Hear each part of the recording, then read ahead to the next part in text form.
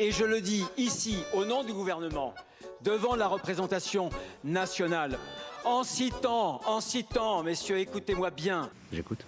Je te plumerai la tête, je te plumerai la tête, et la tête, alouette, alouette. Une phrase que chacun devrait se répéter, matin, midi et soir, d'un grand philosophe, Jan Kelevitch. Qui?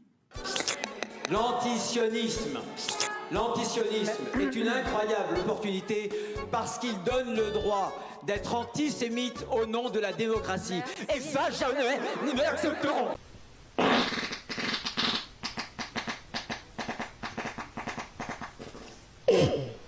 Je voudrais clarifier une distinction importante. L'antisémitisme et l'antisionisme, des termes qui sont souvent confondus à tort.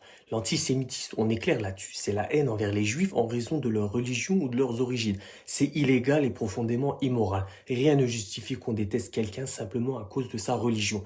Mais l'antisionisme, c'est autre chose. C'est une opinion politique qui critique l'existence ou les actions de l'État d'Israël. Cela peut aussi aller de la remise en cause de la légitimité de l'État à des critiques plus mesurées sur la politique territoriale.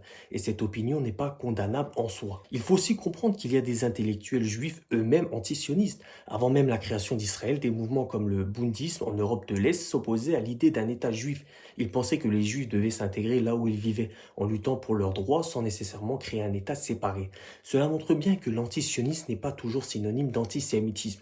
Oui, il y a des cas où l'antisionisme cache des préjugés antisémites, mais ça ne veut pas dire que c'est toujours le cas. Dire que tout antisioniste est automatiquement antisémite, comme le font certains, c'est une simplification dangereuse. Bruno Retailleau nous affirme que l'antisionisme et l'antisémitisme sont la même chose, clairement. Cependant, cette idée est non seulement fausse, mais elle empêche toute critique légitime de la politique israélienne. C'est comme dire qu'un juif pourrait être antisémite simplement parce qu'il s'oppose à la politique de son propre État, ce qui n'a pas du tout de sens. Cette confusion entre antisionisme et antisémitisme n'apporte rien de bon. Cela empêche un débat sain sur la politique israélienne et polarise les discussions, créant une atmosphère où toute critique d'Israël est perçue comme raciste. C'est une approche simpliste qui fait du mal plus que du bien. Ce qu'il faut, c'est faire la part des choses. On doit pouvoir critiquer les actions d'un État sans tomber dans des amalgames dangereux. C'est essentiel pour préserver la liberté d'expression et éviter que des idées extrémistes ne polluent le débat public. Je vous exprime simplement mon avis, je ne sais pas s'il est bon et sensé. J'aimerais avoir le vôtre en commentaire. Dites-moi si certains des points abordés vous dérangent. Je suis ouvert bien évidemment à la discussion, mais dans le respect,